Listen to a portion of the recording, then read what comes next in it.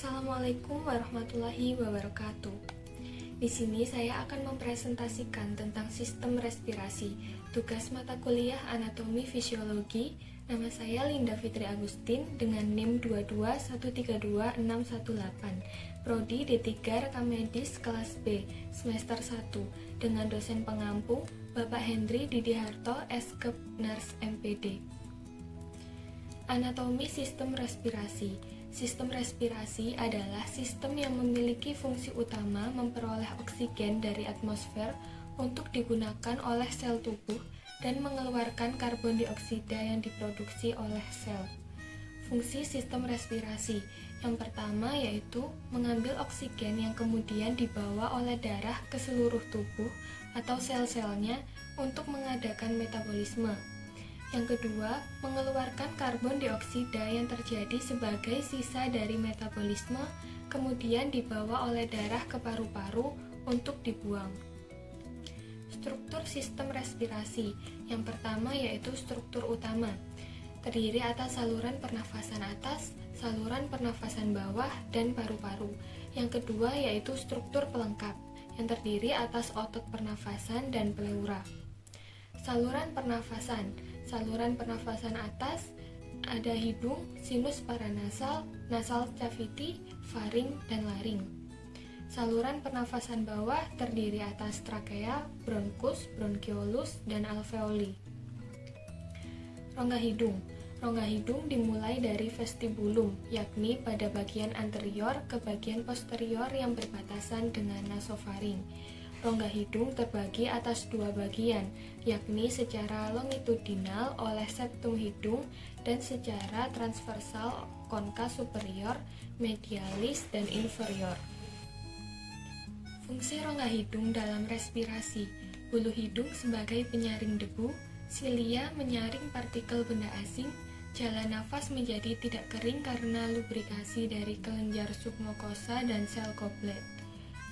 Selanjutnya faring, bagian belakang dari rongga hidung dan rongga mulut, terdiri dari nasofaring yaitu bagian yang berbatasan dengan rongga hidung, orofaring bagian yang berbatasan dengan rongga mulut, dan laringofaring yaitu bagian yang berbatasan dengan laring. Bagian di mana pemisahan antara makanan dan udara terjadi. Fungsi faring dalam respirasi. Fungsi faring adalah sebagai saluran alat pencernaan yang membawa makanan dari rongga mulut hingga ke esofagus. Hubungan faring dengan rongga hidung dan laring ini membuat faring menjadi cukup penting dalam produksi suara, serta memungkinkan manusia untuk bernafas menggunakan mulut, serta jika diperlukan secara medis, memasukkan makanan melalui hidung. Selanjutnya laring. Organ ini menghubungkan trakea atau saluran udara dan tenggorokan. Selain memiliki peran penting dalam menghasilkan suara, laring juga berfungsi mencegah makanan dan minuman masuk ke saluran pernafasan. Fungsi laring. Lapisan mukosa bersilia laring bermanfaat untuk menghilangkan partikel asing dan untuk menghangatkan dan melembabkan udara yang dihirup. Pada saat makan, bagian belakang lidah yang bergabung ke puncak laring mendorong ke atas, memaksa epiglotis untuk menutupi glotis, mencegah makanan atau benda asing masuk laring. Selanjutnya trakea, cincin tulang rawan yang tidak lengkap atau berbentuk U, panjangnya 10-20 cm, dibentuk oleh 20 lapis kartilago yang berbentuk huruf C dan berakhir ketika bercabang dua karina. Bagian yang tidak berkartilago disebut trakea membranosa, berada di posterior. Pada ketinggian vertebratokralis 4, trakea bercabang dua di karina menjadi bronkus utama kanan dan kiri. Di atas tempat masuknya bronkus utama, kedua kartilago bertemu membentuk cincin sempurna, tidak hanya C melainkan O. Fungsi trakea. Fungsi trakea dalam sistem pernafasan cukup penting, yaitu untuk mengalirkan udara dari dan menuju paru-paru. Selanjutnya bronkus. Percabangan dari trakea sebelum masuk ke mediastinum disebut bifurkasi dan sudut tajam yang dibentuk oleh percabangan ini disebut karina. karena membentuk sudut 20-30 derajat pada bronkus kiri dan 45-55 derajat pada bronkus kanan.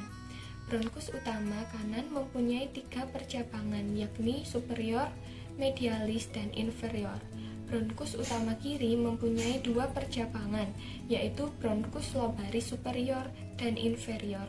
Bronkus segmental merupakan percabangan dari bronkus lobaris. Fungsi bronkus.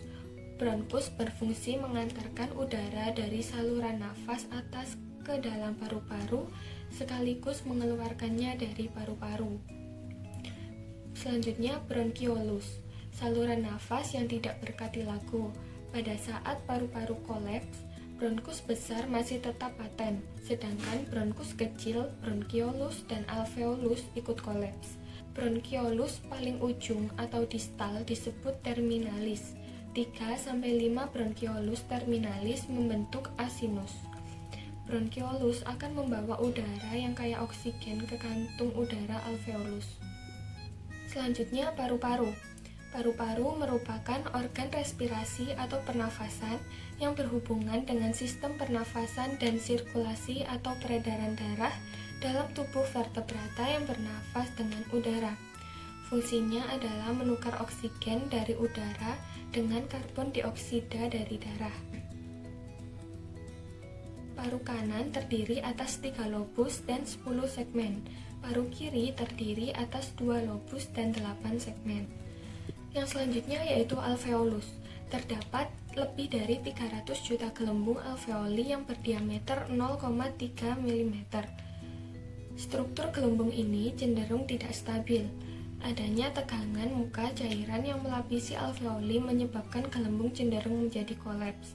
Namun, berkat adanya surfaktan yang menurunkan tekanan muka cairan di dinding alveoli, menyebabkan gelembung tersebut tidak mudah kolaps, tetapi mengembang dengan stabil. Sekian presentasi dari saya, kurang lebihnya mohon maaf. Terima kasih. Wassalamualaikum warahmatullahi wabarakatuh.